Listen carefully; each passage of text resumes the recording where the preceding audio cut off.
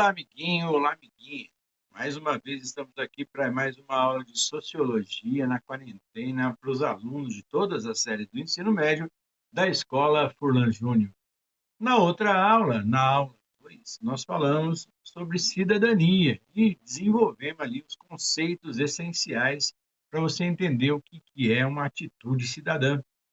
Falamos também sobre todos os direitos civis, os direitos sociais, os direitos políticos, né? Falamos de cada um deles, está lembrado? Agora nós vamos aprofundar a questão da ação cidadã. O que você deve fazer para se tornar de fato um cidadão, tá? Então, nesta aula, nós iremos explorar todas essas questões que envolvem a atitude das pessoas e as suas atitudes para que você possa ser denominado cidadão de fato e de direito. Então, fiquem aí com o ambiente do PowerPoint e tenham todos uma boa aula. Vamos lá! Então vamos lá para mais uma aulinha de Sociologia na quarentena para todas as séries do ensino médio da Escola Furlan Júnior. Nós daremos continuidade ao assunto que tratamos na última aula, que era cidadania. Agora nós vamos falar sobre atitudes cidadãs, ou seja, atitudes de cidadania, né? A cidadania, lembrando, né, de acordo com o dicionário Aurélio, é qualidade ou estado de cidadão. Mas o que é ser cidadão? Cidadão é aquele que está no gozo dos direitos civis e políticos de um estado, né? Essa questão dos direitos também nós já vimos na outra aula. Vamos fazer aqui pontes, né, entre a aula que definia o conceito de cidadania com a atitude de cidadão. Retomando, né, o histórico da cidadania na Grécia Antiga, cidadão era o nome dado ao membro da cidade. Entre outras palavras, era aquele que se preocupava com a administração da cidade, estado grega, a polis. Lembra que nós já falamos sobre isso também na outra aula, né? Está um esqueminha para você tentar entender o que é cidadania. Vamos colocar aqui um ponteirinho, né? Ó, cidadania e política, né? Vamos colocar aqui um ponteirinho. Blazerzinho aqui. Então, do lado de cá nós temos cidadania e do lado de cá nós temos política. Cidadania, aqui com a administração da cidade, a polis, e política, a intenção de cuidar bem da cidade. E essas duas coisas, a preocupação com a administração da cidade e cuidar bem da cidade, define o status de cidadão. Certinho? A cidadania não foi uma conquista simples, né? Ela sempre foi uma briga, né? Um confronto direto entre homens, alguns com poderes acima da média e outros sem esses poderes, sem essas características, né?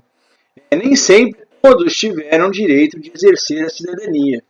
Nós já vimos isso na Grécia Antiga, apenas os homens gregos adultos terras tinham o poder de decidir sobre o rumo da cidade.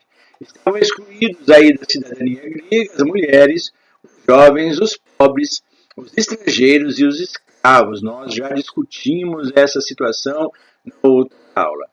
O fato é denominado de cidadania restrita. Na Roma Antiga, também existia a restrição de cidadania. Somente aqueles que eram considerados nobres, né, os patrícios, acumulavam direitos, tais como propriedade de terra e usufruto do poder político.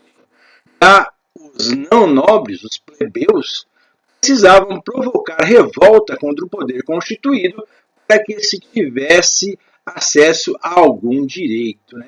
Então, essa relação de estar em contato com a questão da cidade, participar ativamente ali da vida ativa da cidade, não era uma coisa tranquila assim para todo mundo, né? Aquelas pessoas mais carentes, com menos direitos, por conta de não terem aí poder econômico ou poder político, tinham que brigar pelas suas conquistas, não era uma coisa.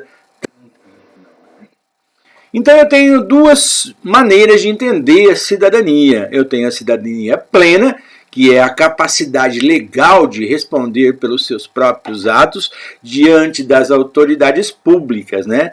E também tenho a cidadania restrita. Apenas os considerados nobres, proprietários de terra, têm acesso ao usufruto do poder político. Então, eu tenho cidadania plena. Todo mundo está inscrito naquele território, naquela cidade, tem a capacidade legal, está com a lei a seu favor, de responder pelos seus próprios atos diante das autoridades públicas. E a cidadania restrita, aquela que considera nobres e proprietários de terra como sendo os únicos que podem usufruir.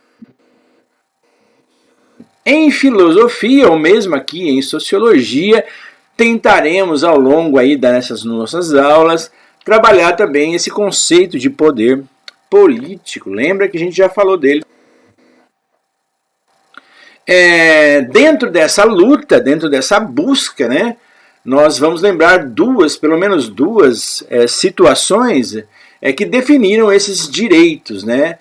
A Declaração Universal dos Direitos do Homem e do Cidadão, de 1789, na França, ocorre a intitulada Revolução Francesa, cujo lema liberdade, igualdade e fraternidade fazia oposição ao antigo regime, período no qual os direitos eram um privilégio da nobreza e do clero, né? Então vem a Revolução Francesa, a população se revolta contra os privilégios desses reis, né, do reinado e das pessoas que estavam em volta dele, e também do clero, dos padres, das pessoas ligadas à religião ali, muito próxima do Estado. Com a Revolução Francesa foi elaborada uma nova Constituição, a Declaração Universal dos Direitos do Homem e do Cidadão.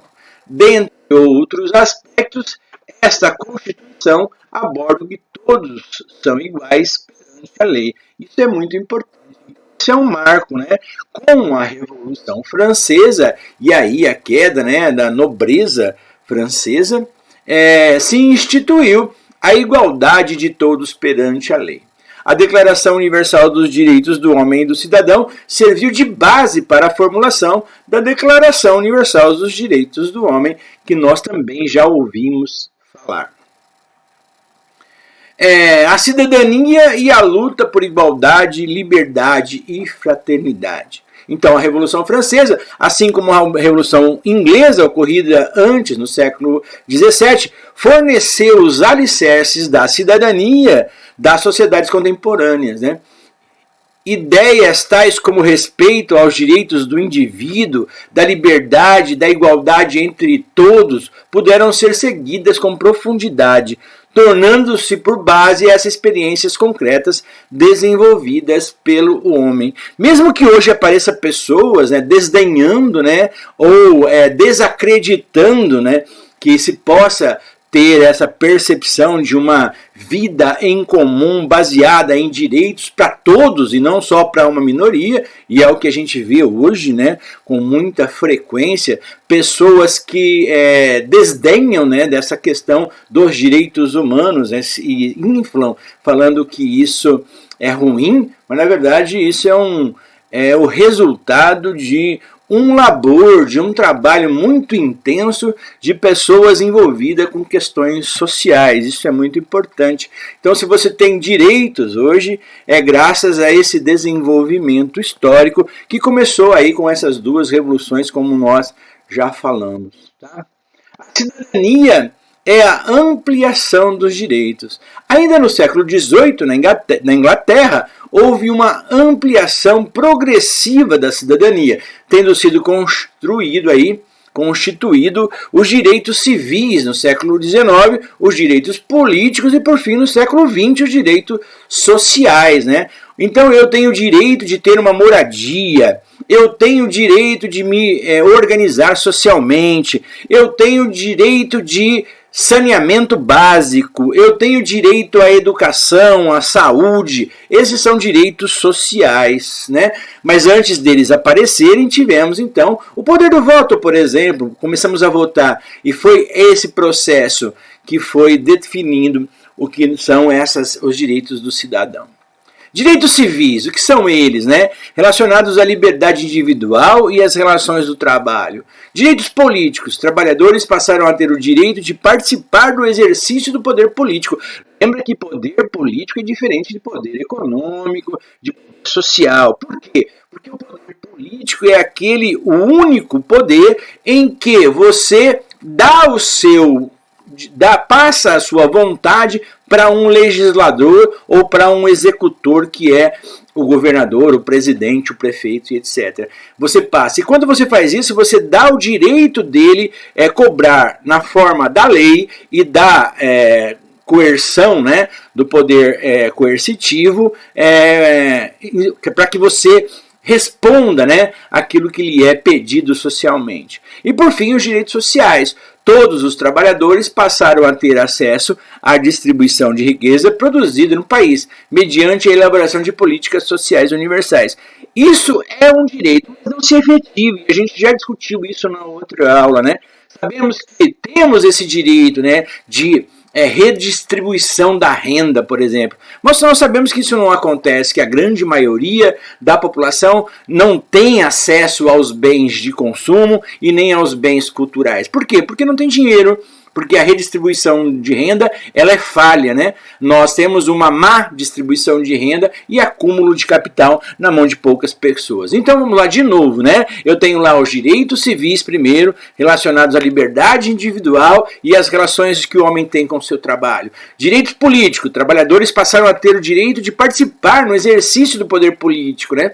E depois, os direitos sociais. Todos os trabalhadores passaram a ter acesso à distribuição de riqueza produzida no país mediante a elaboração de políticas sociais e universais. Qual é o papel do cidadão dentro da sua polis? O que você tem que fazer para ser um cidadão dentro da sua cidade? Qual é a sua contribuição? Vamos lá, então. Do cidadão. O exercício da cidadania exige ação por parte de cada cidadão. Não basta apenas reclamar, exigir direitos. Cidadania subtende-se, além de direitos, deveres. Então, há direitos e deveres, né? Ser cidadão significa não só ter acesso a direitos civis, políticos e sociais, mas também ter consciência desses direitos e cobrar pelo seu exercício. Às vezes eu estou numa situação confortável e tenho algum dos meus direitos sanados, resolvidos, e não olho para o outro. Não vejo o meu concidadão, a sua situação, né? Eu olho só para o meu umbigo. Se eu tenho essas benesses da sociedade e eu não olho para o outro, eu não estou exercendo de fato a minha cidadania. Eu preciso da ação, eu preciso a minha vontade de cobrar pelo exercício desses direitos, não só meus, mas de todas as pessoas. O que são então essas atitudes de cidadania? O que são essas atitudes que levam a você se tornar um cidadão? Atitude de cidadania, por exemplo, o voto, né? Aí tem uma ilustração magnífica, né, do tal do voto de cabresto que por muito tempo imperou, né, os caras. Aqui em Sertãozinho, eu mesmo tive aí uma participação na vida política e nesse momento aí onde as pessoas trocavam, né, voto por pedaço de carne, por cesta básica, por material de construção, essas coisas aí. Quanto vale o seu voto? Essa é a pergunta, né? Será que vale, né, uma peça de carne? Será que vale uma cesta básica o seu voto? Será que vale um pouquinho lá de cimento? Ou um pouquinho de cal e tijolo, né? Qual é a função do político? Não troque seu voto por favores, promessas de emprego ou cestas básicas. Por meio do voto, fruto do exercício da democracia, é possível mudar a direção do seu país. Mas as pessoas têm que ter consciência disso, de que aquelas pessoas que elas votam vão contribuir para a melhoria da qualidade de vida da população da sua cidade, do seu estado e da sua nação. Então, você troca o seu voto e você tem uma necessidade resolvida agora, mas você vai ter que lidar com 4 anos de desmando de alguém que não estava preparado para gerir, né, esse fundo financeiro, gerir essa estrutura administrativa que normalmente se tem na mão com uma prefeitura, um governo do estado ou um ente federado maior que é a nação. Mas o que é essa democracia, né? O que é a democracia? A democracia é um regime de governo com partidos políticos representativos, inclusive dos trabalhadores, né? A gente está aí nessa demanda, né? O PT e o outro lá, que eu não sei o nome, e tudo isso. Por quê? Porque o partido, ele organiza, né, essas comunidades, esses segmentos sociais, né? A palavra democracia deriva do grego demos, povo, e krasia, governo, ou seja, podemos definir democracia como governo do povo, né? Isso é da nossa Constituição. Todo o poder emana do povo, né? Você elegeu alguém, mas isso não dá o direito dessa pessoa eleita cometer desmandos, né? Ela tem que ser cobrada, ela tem que ser vigiada, né? Outra atitude de cidadania, denúncia de práticas ilegais, né? Eu posso exercer a minha cidadania fazendo isso, denunciando práticas ilegais. Agir de acordo com a lei e comunicar às autoridades sempre que souber de um ato que vai de encontro à lei. É um ato de cidadania. Então, tipos de crime, né? Eu tenho crimes contra a pessoa, contra a honra, contra o patrimônio, contra a administração pública, contra a dignidade social, contra a incolumidade, ser incolume, né, se não está em perigo, né, andando na cidade, por exemplo, né, contra o patrimônio histórico e contra a administração da justiça. Eu tenho, né, como dever denunciar aos poderes públicos esse tipo de crime, tá bom? Isso é um ato de cidadania. Outro ato, uma outra atitude, né? A divulgação de práticas que contribuam para uma vida melhor. Isso é muito importante. Por quê? Porque às vezes eu penso que fazer críticas é o único caminho, né? E aí você pega nessa época de eleição, por exemplo, né? As pessoas olhando de vieses, né?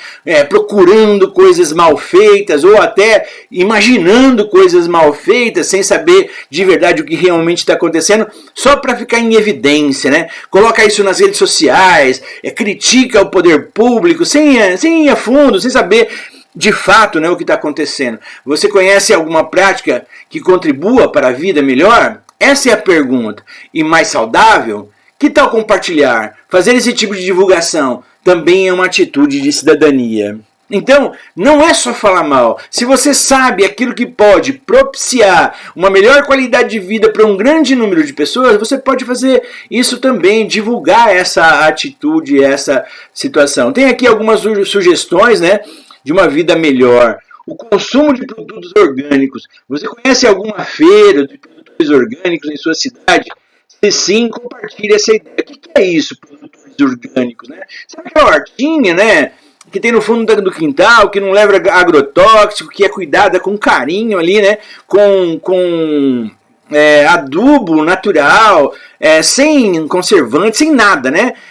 Feito como faziam nossos pais, os nossos avós nas suas hortinhas. Se você conhece alguém que viva e venda isso, né? Divulgue, é uma forma bem legal, né, de você melhorar a qualidade de vida das pessoas pelo consumo consciente e pelo consumo de coisas que não levam esses tantos produtos de conservação, tá? Daí esses produtos orgânicos, né? Aqui no interior é mais fácil de ver isso no dia a dia, porque nós temos várias hortas, várias pessoas que passam vendendo aí frutas, verduras, que colhem nesses sítios, né? Nessas propriedades pequenas. A carona solidária é uma outra questão. Quem faz universidade, quem se desloca, né, para esses polos onde tem as universidades, São Carlos, Araraquara, Ribeirão Preto, Franca, né? São lugares onde tem universidades públicas e as pessoas transitam, né? Porque vão para lá só para estudar, mas moram em outra cidade. Então a carona solidária é uma boa alternativa. Se você conhece alguém que precisa se locomover e ir para algum lugar que você vai também, ofereça essa carona, se disponibilize a estar dividindo isso. O que vai acontecer? Dessa forma você vai contribuir para diminuir o congestionamento e a quantidade de poluentes na atmosfera. Isso em São Paulo é muito legal, né? Aqui menos, né? A gente não tem tantos poluentes assim, né? Outra questão, a substituição do veículo automotor por bicicletas, por exemplo, né? Em outros países isso é muito comum, aqui no Brasil a gente usa muito pouco a bicicleta, né? Aqui na nossa cidade tem ciclovias, né? Começou a se pensar nisso, então você olha ali em alguns lugares ali, nesses bairros novos, né? Com um sistema de arborização e ali as ciclovias junto, né? Com as calçadas para caminhada. Isso é muito bom, mas ainda é muito pequeno isso, né? Há de se ter mais ciclovias e as pessoas trocarem aí os veículos por bicicleta. Uma outra alternativa para diminuir os congestionamentos e deixar o carro em casa, né, e sair de bicicleta. Isso são práticas, né, que contribuem para uma vida melhor. Uma outra atitude de cidadania, né, que muito se discute hoje, né, em função de pensamentos erráticos aí de algumas pessoas, se colocou de lado, né, como se fosse um atraso, né, para o nosso desenvolvimento, né, que é a questão da consciência socioambiental. Você sabe que o meio ambiente já ouviu falar o desenvolvimento sustentável? Você sabe o que é um ambiente como você vive, né? Aí ele põe ali atenção, né? Sabe que cuidar do ambiente em que se vive é uma atitude de cidadania? Acima de tudo, é responsabilidade nossa, é responsabilidade sua de que você garanta, né, a qualidade do ar, a qualidade de vida, né, em decorrência do meio ambiente. É bem interessante, né? Eu sou uma pessoa que me locomovo de moto, né? E eu já tive essa experiência. Se eu entro numa zona na estrada, um lugar onde está arborizado, né? É um clima tranquilo, sim, fresco, gostoso. Mas na estrada, onde tem cana do tudo quanto é lado, o calor é insuportável por conta do asfalto. Então, é muito legal ter essa consciência socioambiental. O meio ambiente e sustentabilidade e a cidadania. O meio ambiente é a totalidade do planeta e os elementos que compõem, físicos, químicos e biológicos, tanto os naturais quanto os artificiais, tanto os orgânicos quanto os inorgânicos, né? Lembra da biologia ou da química, orgânicos e inorgânicos, né? Eu tenho os orgânicos que contêm matéria de vida, né? E os inorgânicos que são aqueles que são informes, né? Tipo o petróleo, as rochas, né? Nos distintos níveis de sua evolução até o homem e a sua forma de organização na sociedade, em que a rede de inter-relações inexistentes entre esses elementos se encontram em estreita dependência e influência recíproca. Isso é o ambiente em que você vive, né? Entende-se por desenvolvimento sustentável a manutenção das bases vitais da produção e reprodução do homem e suas atividades, garantindo igualmente uma relação satisfatória entre os homens e destes com o seu ambiente, para que as futuras gerações também tenham a oportunidade de desfrutar os mesmos recursos que temos hoje em nossa disposição. Então está o Fiorillo aí falando o que é esse desenvolvimento sustentável, né? De acordo com o conceito de meio ambiente, o desenvolvimento sustentável, percebemos que torna-se mais que urgente cuidar do lugar onde vivemos, aliar práticas de sustentabilidade no nosso cotidiano, além de ser uma atitude de cidadania, é essencial para a sobrevivência do nosso planeta e, consequentemente, essencial para a nossa existência.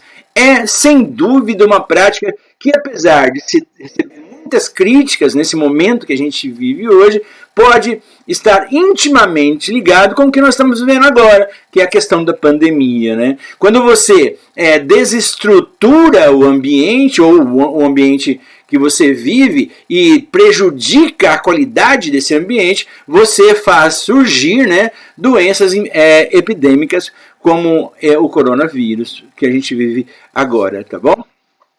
Outra atitude de cidadania, participação em reuniões comunitárias. Isso a gente não participa mesmo, né? Participar da vida pública é uma coisa que só cabe a quem tem essa veia, né, de político que é tão mal visto no nosso Brasil, né? Como corrupto, como alguém oportunista, né? E na verdade não. Nós poderíamos participar, né, da comunidade, da vida em comunitário, até da vida da sua escola, por exemplo, né? Quanto que você participa aí das decisões que a sua escola toma em relação ao custeio, às coisas que ela faz, ou até o que você vai aprender. Nós não participamos, não temos por hábito, né, participar dessas questões. A participação em reuniões comunitárias é um importante instrumento nas mãos do cidadão. Poder exigir e decidir melhorias para a sua rua, seu bairro, a sua cidade, o seu país é mais do que simples ato, é característica do processo democrático. As formas de participar de uma reunião comunitária. Eu posso participar de associações de moradores de bairro ou até do orçamento participativo. Você sabia que o prefeito da sua cidade ele é obrigado a convocar reuniões para debater o orçamento, como se gasta o dinheiro que ele vai arrecadar na forma de impostos e repasses da União e do Estado? Ele tem que fazer reuniões com a comunidade para que participar a comunidade do destino desse dinheiro e como serão resolvidas as questões que são emergentes na sua cidade. Tá? A Associação de Moradores de Bairro, por exemplo, né, para que ela serve? A Associação de Moradores de Bairro pode ser criada por moradores de qualquer bairro e o objetivo é centralizar os problemas do respectivo bairro para que, por intermédio de um representante eleito pelos moradores, membro da associação, levá-los ao poder municipal, a fim de cobrar as medidas necessárias para a sua solução. Normalmente, a associação de bairro tem lá um político, um vereador, né, que a comunidade votou e elegeu esse vereador, e ele tem que ali olhar pelas necessidades, as demandas que são necessárias para aquele local, para aquela comunidade. Tá? Os problemas que devem ser identificados pela associação. Questões de infraestrutura, né? Se tem asfalto, se tem água encanada, questão do esgoto, né? Mobilidade social, lazer, são todas questões de infraestrutura, né? E junto com elas, saúde, educação, segurança, dentre outros assuntos que você pode discutir ali na sua comunidade e participar da vida ativa do seu bairro. O orçamento participativo, né? Eu tenho uma relação muito estreita com isso. Eu estudei um pouco sobre orçamento participativo em alguns momentos da minha vida, né? O que significa a voz do povo, né? Criar, porque o governo, né, do município ele tem três documentos legais que ele tem que fazer. E por conta da lei de responsabilidade fiscal. Ele tem que fazer um plano plurianual, que é no último ano, que vai do primeiro ano do seu mandato até o primeiro ano do outro mandato, né? Ele vai ter que ter uma lei orçamentária, né? E uma LOA, né? Uma lei orçamentária e uma outra que organiza o orçamento, que eu não estou lembrado agora. Então, para construir esses documentos, ele tem que escutar a população. E quando ele vai ao povo, né, quando ele eleva isso para a comunidade, é que vai acontecer o orçamento participativo. É uma forma de exercício de democracia. Mediante reuniões com a comunidade, são discutidos onde e como investir no orçamento municipal. O que é o orçamento? O orçamento é pegar tudo que eu tenho de necessidade e falar assim, eu quero resolver fazer isso pela educação, fazer isso pela saúde. De onde vai sair o dinheiro? De que tipo de recurso eu vou usar? Então isso estaria no orçamento. E se você fizer isso com a comunidade, você tem uma proximidade maior do que das necessidades que a sua comunidade tem, né? Esse processo costuma ter assembleia aberta e periódica e etapas de negociação direto com o governo. Nós ouvimos pouco falar sobre isso, mas eu sei que aqui em Sertãozinho tem, eventualmente, tem reuniões aí de orçamento. Outra questão, a ação popular é um instrumento de democracia cidadã, né? Você pode reunir os seus amigos, né, e propor uma ação cidadã. Existe ainda uma outra forma de participação popular na construção de uma atitude cidadã. É a chamada ação popular. Qualquer eleitor tem o direito de impetrar uma ação popular que tem como finalidade anular qualquer ato lesivo ao patrimônio público, à moralidade administrativa, ao meio ambiente e ao patrimônio histórico e cultural. Tal ação é de natureza constitucional, ou seja, é garantida pela Constituição da República Federativa do Brasil de 1988. Tá? Então você pode organizar um abaixo-assinado aí e interpor, né, um instrumento de atitude cidadã, que é a chamada ação popular. Tá bom? Qual é o papel da condição de cidadão? Essa é a pergunta. Qual é o seu papel? Como que você vai agir nesse mundo em relação à sua cidadania? Cidadania, lá. Então, cidadão, cobrar, mas também cumprir deveres. E impetrar ações, mas também agir em conformidade com a lei. D. Denunciar, mas também zelar por uma convivência melhor. A. Acionar a comunidade, mas também participar. D. Direcionar os pedidos das autoridades competentes, mas também fazer a sua parte. A. Almejar uma cidade melhor, mas também colaborar. O. Organizar a sua rua, seu bairro, a sua cidade. Resumindo, ser cidadão é cuidar daquilo que é seu. Tá bom? Tem aí uma música, né, do Skank, o Pacato Cidadão, para a gente fazer uma reflexão, para que possamos fazer uma reflexão sobre o nosso papel enquanto cidadão. Lá no formulário eu vou colocar a música, né, para vocês ouvirem e aí para vocês construírem as suas ideias a partir desse exemplo. Ô pacato cidadão, eu te chamei a atenção, não foi à toa não. Se finila a utopia, mas a guerra todo dia, dia a dia não. E tracei a vida inteira planos tão incríveis, tramo à luz do sol, apoiado em poesia, em tecnologia, agora à luz do sol. Pacato cidadão é pacato da civilização.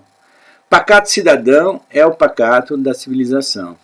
Ô pacato cidadão, eu te chamei a atenção, não foi à toa não.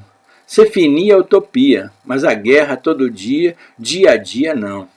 E tracei a vida inteira planos tão incríveis, tramo à luz do sol, apoiando a poesia e em tecnologia agora à luz do sol. Para que tanta TV, tanto tempo para perder, qualquer coisa que se queira saber querer, tudo bem, dissipação, de vez em quando é bom, misturar o brasileiro, ai. Com o alemão, pacato cidadão é o pacato da civilização. Ô pacato cidadão, eu te chamei a atenção, não foi à toa não. Se finila a utopia, mas a guerra todo dia, dia a dia não. E tracei a vida inteira planos tão incríveis, trama a luz do sol, apoiando em poesia e em tecnologia, agora a luz do sol. Para que tanta sujeira nas ruas e nos rios, qualquer coisa que se suje tem que limpar. Se você não gosta dele, diga logo a verdade, sem perder a cabeça, sem perder a amizade. Pacato cidadão é o pacato da civilização, pacato cidadão é o pacato da civilização. Ô pacato cidadão, eu te chamei a atenção, não foi à toa não. Se finila a utopia, mas a guerra todo dia, dia a dia não. E tracei a vida inteira planos tão incríveis, trama a luz do sol, apoiada em poesia e em tecnologia, agora a luz do sol. Consertar o rádio, o casamento e corre da felicidade no asfalto cinzento, se abolir a escravidão de caboclo brasileiro, numa mão educação, na outra dinheiro. Pacato cidadão é o pacato da civilização. Pacato cidadão é o pacato da civilização. O pacato cidadão é o pacato da civilização, da civilização. Então é isso aí. Aí tem uma biografiazinha da nossa apresentação. Então, até a próxima. Então, amiguinho e amiguinha, mais uma aulinha de sociologia aí para vocês, a terceira aula. Você viu que você pode mudar as suas atitudes e participar da vida ativa da cidade e, desta forma, constituir-se de fato um cidadão. Participe da sua comunidade, participe da sua escola, exija, né, dos seus governantes, dos políticos que você elegeu, todas as questões que envolvem a sua e a qualidade de vida da sua família, tá bom? Então, fiquem bem e até uma próxima aula. Espero vocês nas outras aulas de sociologia e também de filosofia. Até a próxima!